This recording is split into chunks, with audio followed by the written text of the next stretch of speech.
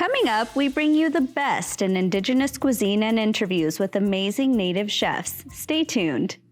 Arizona State University welcomes 3,500 Indigenous students from Arizona and across the nation. It serves one of the largest populations of Indigenous students among U.S. colleges and universities. We created a sense of place for tribal nations to create futures of their own making through community outreach and research, taught by world-class Indigenous faculty where they see a reflection of themselves and their experiences. Find community at ASU.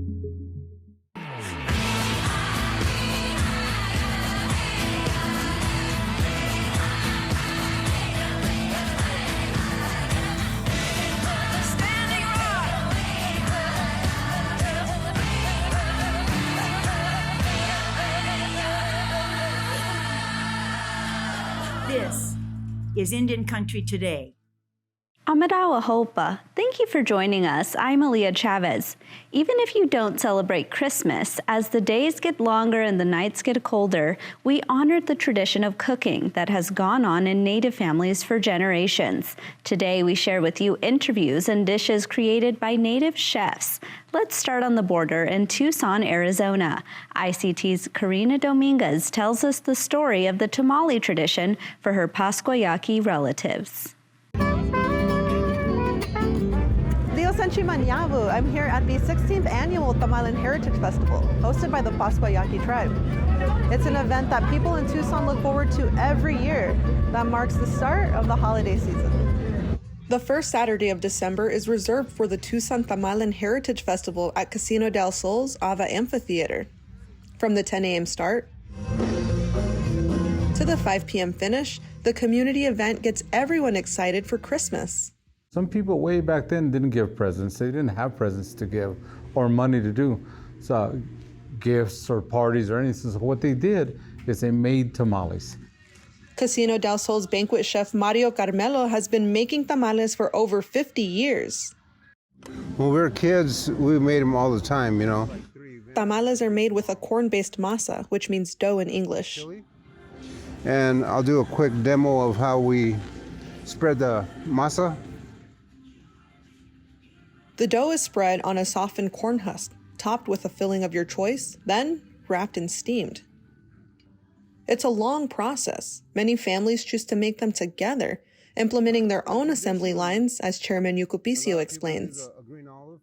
My grandmother would always bring the corn, cut the corn off of the whole stem and everything, and then she'd put it in a big pot, and most of us then would be put into the molino or the grinder, and we would be little kids just spinning and spinning and grinding that corn. She would have a pot on the other side, and from there she would make the masa. And then on another part, somebody else would be getting these here, the chili pods, boiling them, softening them, and then from there making red chili.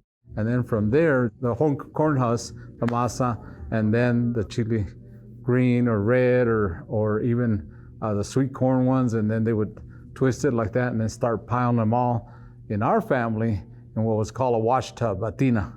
And then from there, they would take it outside, throw mesquite on the bottom, and then cook them most of the night. And it wasn't until the early morning, next day on Christmas Day, that we shared that meal. Oftentimes, people make tamales collectively, and they take great pride in the outcome. It brings the whole family together. But here in Southern Arizona, it brings all the community together.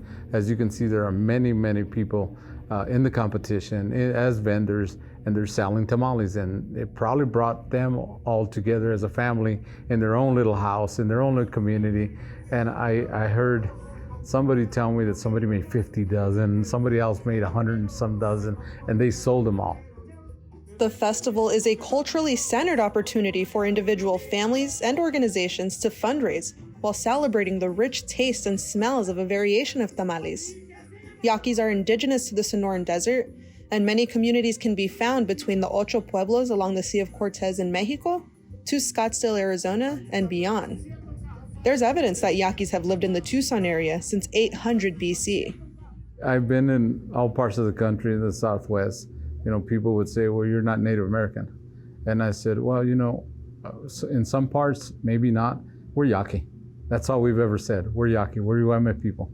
For Yaquis north of the border, we're straddling 3 different worlds. Despite our identity being questioned at times, Yaqui pride is unwavering. And this fusion of cultures is on full display at the Tamale Heritage Festival. One of the main features of the festival is a cash prize contest. Judges choose the best tamales from 4 categories: traditional red, green corn, sweet, and gourmet. I was lucky enough to participate this year. For sweet, I want to say it's fresas. Chef Ryan Clark says the casino makes thousands of tamales for the festival, and tribal members who work there compete over which family recipe they should make. It's just an amazing event. It brings so many people in from the local community and from abroad that just want to come and be part of that culture and heritage. Seeing like amazing family recipes being shared with everybody, I think is what it's really all about. Previous contest winners stay busy with long lines of attendees who are eager to try the best tamales. It brings happiness to people. I would consider it one of the main staples of Yaqui life. The event increases foot traffic for the casino, and that revenue funds social services, education, health services, and the elderly. Over the past 16 years, the event has grown to be more inclusive. And I hope what we started here, the Festival of the Tamal, lasts a lifetime. In Tucson, Karina Dominguez, Indian Country Today. Let's travel to the Northeast, to the land of the Ojibwe. Red Lake culinary ethnobotanist Tashia Hart takes us on a journey through the pages of the Goodberry Cookbook. Her goal is to connect readers to her Ojibwe culture. The goals, I guess, would be to help promote, just the accessibility of, intimate connections of people, between people and the environment, the plants and the animals. And I know you were just talking about, it's important to reconnect with our local food systems and everything. And, there's a emotional aspect that comes along with that, feeling really like all these other beings around us, they are part of a much larger family. And I think when we get disconnected from that family, we start to feel lost and we kind of forget who we are. And so with the book, I tried to, just sort of illustrate some of the connections and some of the relationships that are, available, and the positive emotional and, aspect of that, of regaining those connections. And of course it's great for, your body, healthy food. And for me, it's been a personal sort of like awakening in a sense. Because I've always felt pretty connected, with the natural environment, just growing up the way that I did. But really the last, 10 years or so have really been sort of a revival of a lot of my senses that as a younger woman I felt were, because of traumas, were, really numbed a lot. And I found a reawakening of those through my food work and my food studies, and learning from other people that also connect really intimately, with the plants and the animals, and hearing their stories. And there's just sort of a different, like a vibrancy to my life, that my inner life that I feel now because of that. And that has been surprising because, that's not something that I've felt since, I was a tiny girl. I felt that sort of aliveness and a sense of wonder. And so that's, I would say that's definitely been the most surprising for me. But it could come back, and food is definitely a great, a healer and a bridge for that. Hart said this book is truly a personal journey, and she produced this video to illustrate this. Let's take a look. People who know me know I like my quietude. As a younger woman, I wondered if I was broken in some way that made it hard for me to be around people for very long. Talking to people in public, especially in crowded urban settings, has always been hard for me. It's challenging to focus on a person's energy when there's a variety of energies from city life flying around everywhere. I've always felt the emotions and energy of other people. I've traced this empathy back to when I was 2 or 3 and would try my best to comfort my mother by rubbing her back when I felt she was in emotional pain. I remember being outside of her bedroom door, looking through the crack, the bedroom mostly dark, and I could sense my mother's pain like a beacon. After suffering certain traumas in my teens, my sense of well-being that relied on my emotional body feeling at peace was upset to the extent that I felt like I was in a mental and emotional prison all the way through my 20s. I had compounded traumas that oscillated and spun the energy of my internal landscape into a nightmare. My own emotional turmoil made experiencing the incoming emotions of other people very confusing for me, and for years I attempted to heal people around me in an effort to heal myself. I have a lot of thanks to give to the plants and animals for their role in my successes in healing and fostering self-love and acceptance. These beings truly make me feel like I belong on this planet. They led me out of depression and continue to soothe my anxious nature. With each season, I wait for them to wake and emerge in their good time so I can greet them. The emotional sustenance gifted us by harvesting and processing wild food flows through the brain to trigger all the right places. Happiness is generated and thrives in the movement of the journey of nourishing our bodies through the seasons. Looking into the seasons as they arise, we look forward while looking back. Woods huddle in their brown, early spring leaf litter blankets, dancing in the potential of that space, an abundance of green shakes, unfurling into timeless, starlight-filled air. For now, they dance in the womb of this place, but we know they're there. Tashia Hart is one of the many natives mentored by the sous chef, Sean Sherman. This summer, he opened Awamini, a restaurant on the river in Minneapolis. National publications like Vogue and Esquire gave it rave reviews. ICT's Shirley Snavy visited in July. I took my family to a new restaurant on the banks of the Mississippi River Sunday. It's Sean Sherman's Dream Come True, a restaurant that features indigenous foods in the homelands of the Dakota. If anybody wants to come and check out this new restaurant, Awamini, by the sous chef here in Minneapolis on the shores of Hahawakpa, or River of the Falls, or Mississippi as you might know it. It's a wonderful, beautiful, sacred space, and we're just excited to have a restaurant that's extremely unique and kind of the only one out there like it in the whole nation.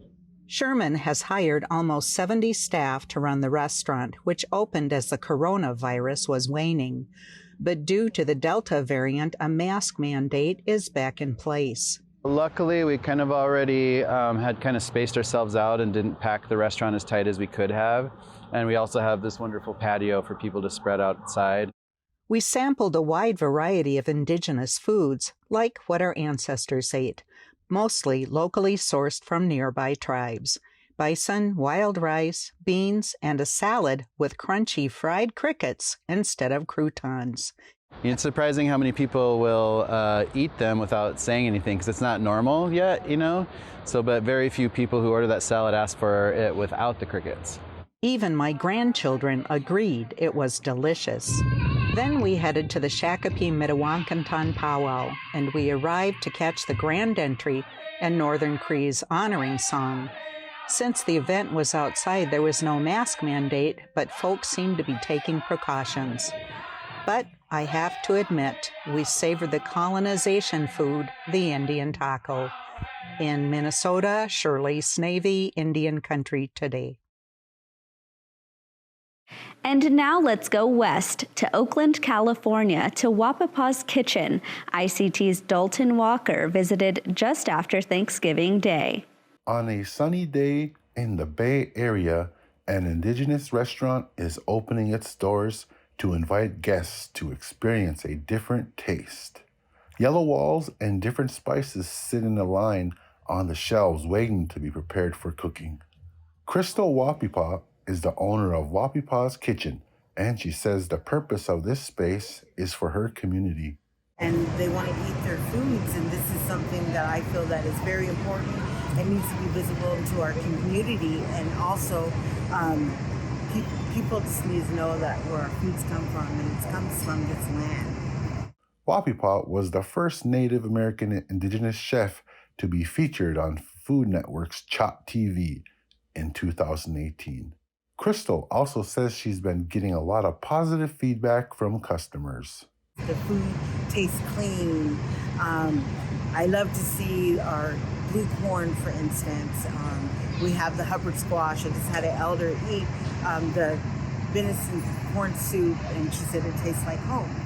Some of the meals Chef Crystal prepared include cranberry wild rice turkey balls, kickapoo chili, roasted turkey, and blue corn polenta.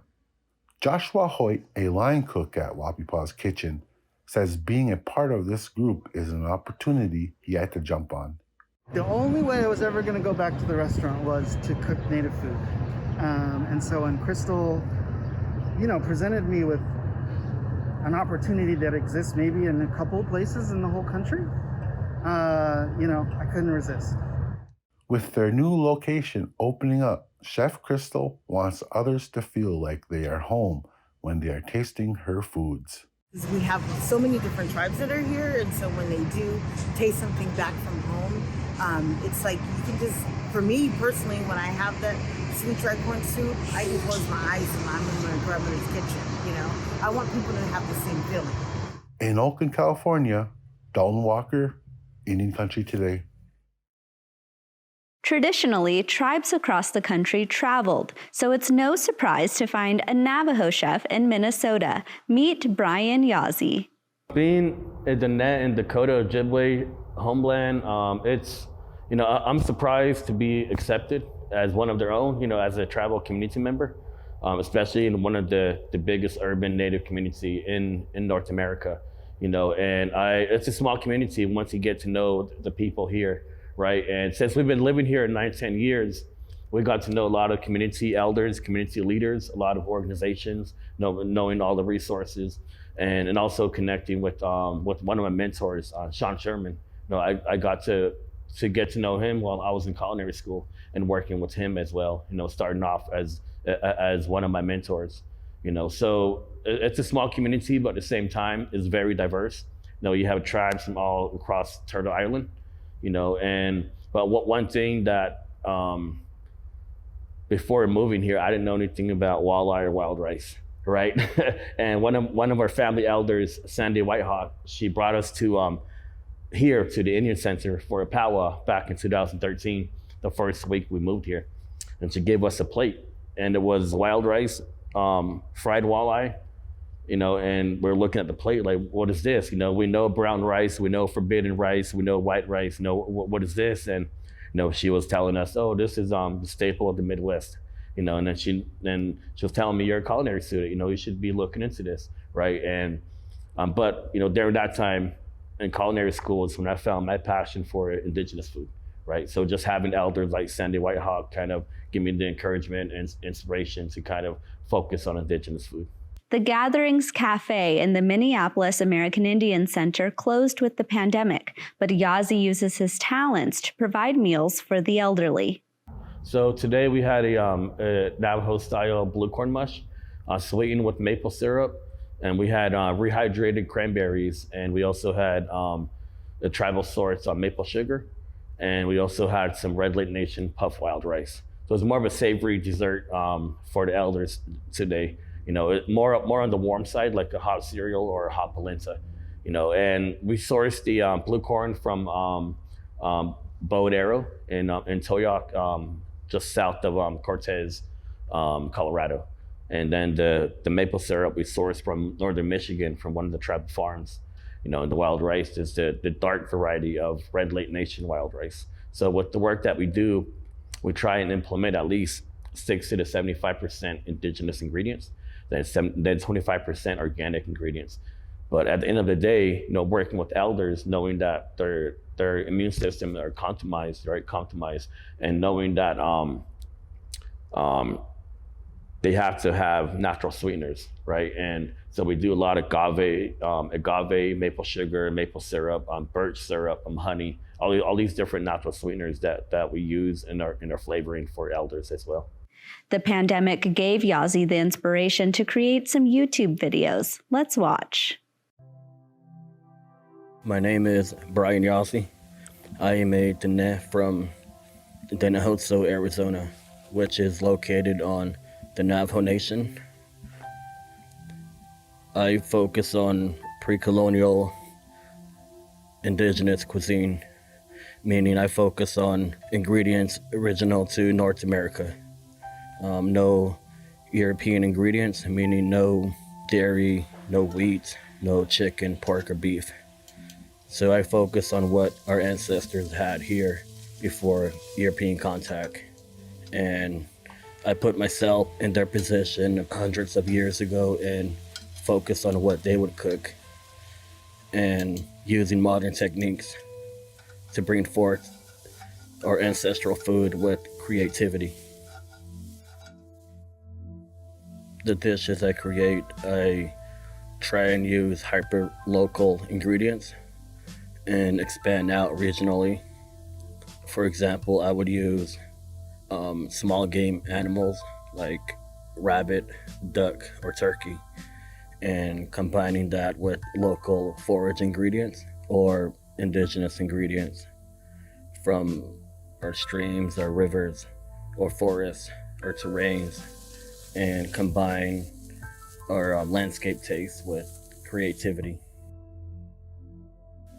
My approach in revitalizing our indigenous food is serving our communities, our youth and our elders, bringing forth healthy indigenous food, catering, private dinners, chef demos, and collaborations.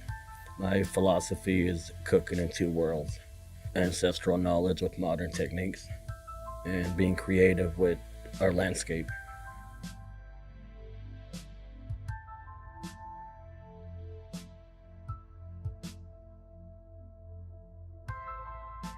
ICT's Karina Dominguez takes us back to Arizona for a farm-to-table experience. Many native farmers merge traditional and modern knowledge to manage their farms. The San Javier Co-op Farm irrigates 800 acres of traditional and non-traditional crops using similar methods their ancestors once used. It's still flooding, but before it would be like from the rains or the runoff from the washes and from the river when it used to run. Now the water is pumped uphill from the Colorado River, but Anton says he still feels ties to those traditional ways. There's a connection. That seed has been passed down, if you think about it, because they've always harvested. This seed has been generations after generations after generations. Native American food producers understand the importance of growing local food systems and traditional foods. The San Javier Co-op Farm sells to many restaurants, including Kai. The Forbes travel guide gave the Phoenix, Arizona restaurant the only 5-star rating in the state. It's owned by the Gila River Indian community, where Jackson Riggs is from. He's a server at Kai and says the dining experience starts by telling the story of his ancestors. What the Maricopas believe is that they can kind of just see off the birds what they are eating that's edible, and then we'll kind of go from there. Kai adjusted operations amid the pandemic, tweaking the offerings on the menu. The peaposh salad features edible parts of cactus plants like cholla buds and saguaro seeds, sourced from the San Javier Co-op Farm. In Phoenix, Karina Dominguez, Indian Country Today. As we close today's program, I'd like to take you to the Indian Pueblo Cultural Center. Please watch. Braised duck, red corn crumble, and crispy cactus strips. That was the latest dish at the Indian Pueblo Cultural Center's newly reimagined enterprise. The Ponte Project aims to provide customers a delicious meal with safety at the forefront. Every month, customers in Albuquerque and Santa Fe can order a pre-packaged and fully cooked meal made by Chef Ray Naranjo. Then they can pick it up curbside before returning home to watch a fully produced video of how their food was made. Red chili puree, we're going with the New Mexico red chili puree just because we're in New Mexico. Part of the proceeds from the project go towards the Pueblo Relief Fund, a support fund for Pueblo communities that have been impacted by the pandemic. The food, history, and support of tribal communities is why Jennifer Pruitt has been a returning customer. It's like tasting history and culture as you learn about it, because Chef Ray's video tells you about the food sourcing and history and tribal culture associated with the foods. And it's a great meal. What's not to love about that? The project is currently in its 4th month of existence and costs $60 per meal. Reporting from Albuquerque, Aaliyah Chavez, Indian Country Today. And that's a slice of our Indigenous world. Take time to express your thanks this winter season for all the blessings of this world. Stay safe, my relatives. I'm Aaliyah Chavez. Sometimes you got to take a stand just because you know you can. Oh, you got to run, you got to run.